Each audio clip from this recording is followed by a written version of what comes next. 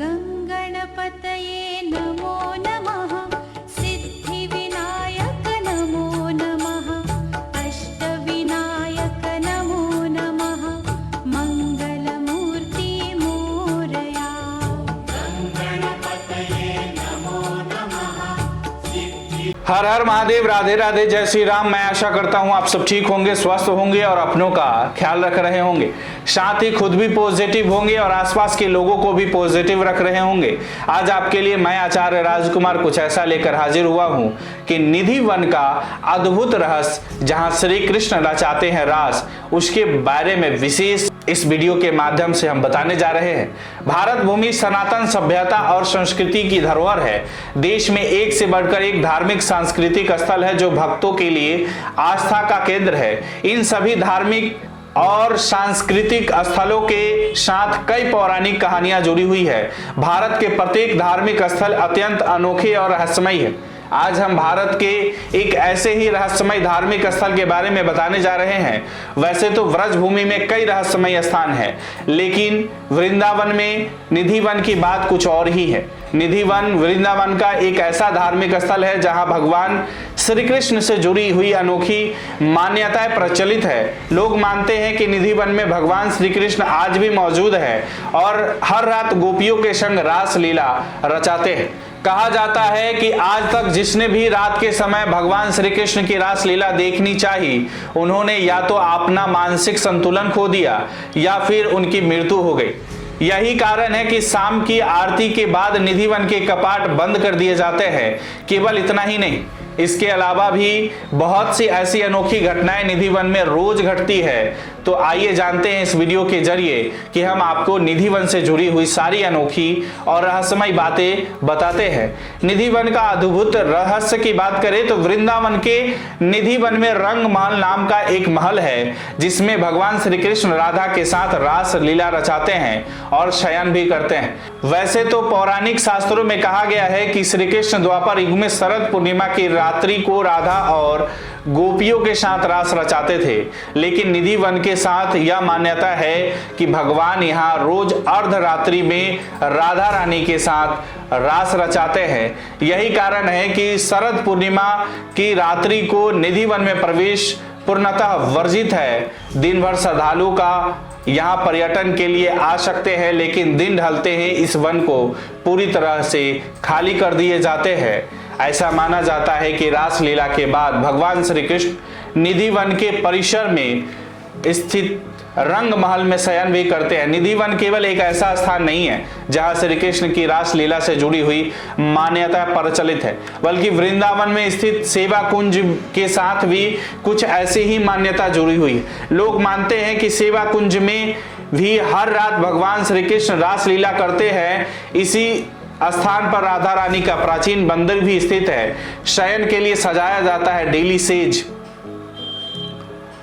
शयन के लिए सजाया जाता है सेज। हजारों सालों से श्रद्धालु इस बात पर विश्वास करते हैं कि भगवान श्री कृष्ण ने जीवन के रंग महल में शयन करते हैं। इसीलिए निधि वन में स्थित रंग महल के शयन कक्ष में चंदन का पलंग हर रात भगवान श्री कृष्ण के लिए सजाया जाता है। चंदन का पलंग सजाने के अलावा हर रात रंग महल राधा रानी के लिए श्रृंगार का सामान रखा जाता है, जिससे वह अपना श्रृंगार करती है। इसके अलावा इस महल में भगवान श्री कृष्ण और राधा रानी के लिए माखन और मिश्री का भोग लगाया जाता है तथा पीने के लिए लोटे में पानी भी रखा जाता है। हैरानी की बात तो यह है कि जब सुबह पुजारी इस रंग महल में प्रवेश करते हैं तो भोग के साथ साथ पानी से भरा लोटा खाली होता है तथा शयन के लिए सजाए गए चंदन के पलंग को देखकर साफ प्रतीत होता है कि भगवान श्री कृष्ण यहाँ पर शयन करते हैं। जो भी छिपकर रास लीला देखने वाले खो बैठते हैं अपना मानसिक संतुलन। कहा जाता है कि निधि वन के रंग महल में जो छिपकर श्री कृष्ण की रास लीला देखने की कोशिश करता है, या तो वह अपना मानसिक संतुलन खो बैठता है अथवा उसकी मृत्यु हो जाती है। यह केवल मान्यता नहीं है, बल्कि ऐसी घटनाएं यहाँ पर घटित हो चुकी है। लोगों का मानना है कि आज से कई साल पहले संत राम नाम का एक श्रद्धालु जयपुर से वृंदावन आया था। जब उस श्रद्धालु ने वृंदावन में स्थित निधि वन की अनोखी और रहस्यमय मान्यताओं के बारे में सुना, तो उसने श्री कृष्ण और राधा रानी की रास लीला देखने की हट ठान ली और चुपके से निधिवन रंगमहल में छुपकर बैठ गया। जब सुबह निधिवन का कपाट खुला तो संत राम रंगमहल में बेहोश पड़े मिले। जब उन्हें होश में लाने की कोशिश की गई तो पता चला कि वह अपना मानसिक संतुलन खो बैठे। इसके अलावा निधिवन में रासलीला देखने वालों की मृत्यु से जुड़ी हुई कथाएं भी प्रचलित है। इन्हीं सब कारणों के चलते शाम की आरती के तुरंत बाद निधिवन के कपाट बंद कर दिए जाते हैं। वहां के वृक्षों की विशेष आकृति है। वैसे तो निधिवन के परिसर में अलग अलग तरह के पौधे लगे हुए हैं, लेकिन यहाँ पर तुलसी और मेहंदी भारी मात्रा में उपलब्ध है। निधिवन में उपस्थित वृक्षों की आकृति बहुत विशेष होती है।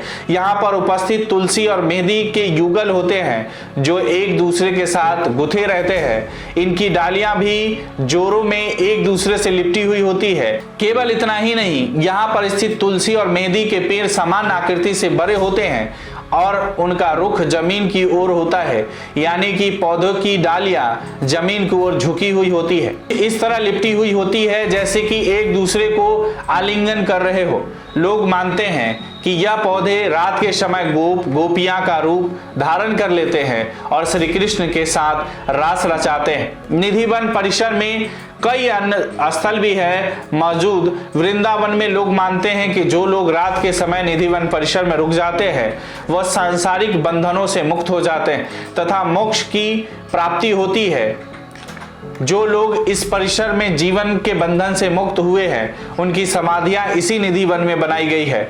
निधिवन परिसर में कई छोटे छोटे मंदिर भी हैं जहां भगवान श्री कृष्ण और राधा रानी की मनमोहक मूर्तियां सुशोभित होती है। इन मंदिरों में रंगमहल का अपना विशेष महत्व है, जहां भगवान श्री कृष्ण अपने हाथों से राधा रानी का श्रृंगार करते हैं और उनके साथ रास रचाते हैं तथा रात्रि के समय इसी स्थान पर शयन भी करते हैं। सुबह मंदिर का कपाट खुलने पर शयन कक्ष में लगे चंदन के पलंग का बिस्तर अस्त व्यस्त होता है तथा लगाए गए भोग भगवान श्री कृष्ण द्वारा अर्जित कर लिए जाते हैं और पानी से भरकर रखा हुआ लोटा भी खाली हो जाता है। अगर आप वृंदावन जाने के लिए उत्सुक है तो निधिवन जरूर जाए। अगर आपको यह वीडियो अच्छी लगी हो तो इसे फेसबुक और यूट्यूब पर शेयर और लाइक जरूर करें। इसी तरह और भी वीडियो देखने के लिए जुड़े रहें गणपति ज्योतिष संस्थान से। अपने विचार हमें कमेंट बॉक्स में जरूर भेजें। नमस्कार, राधे राधे।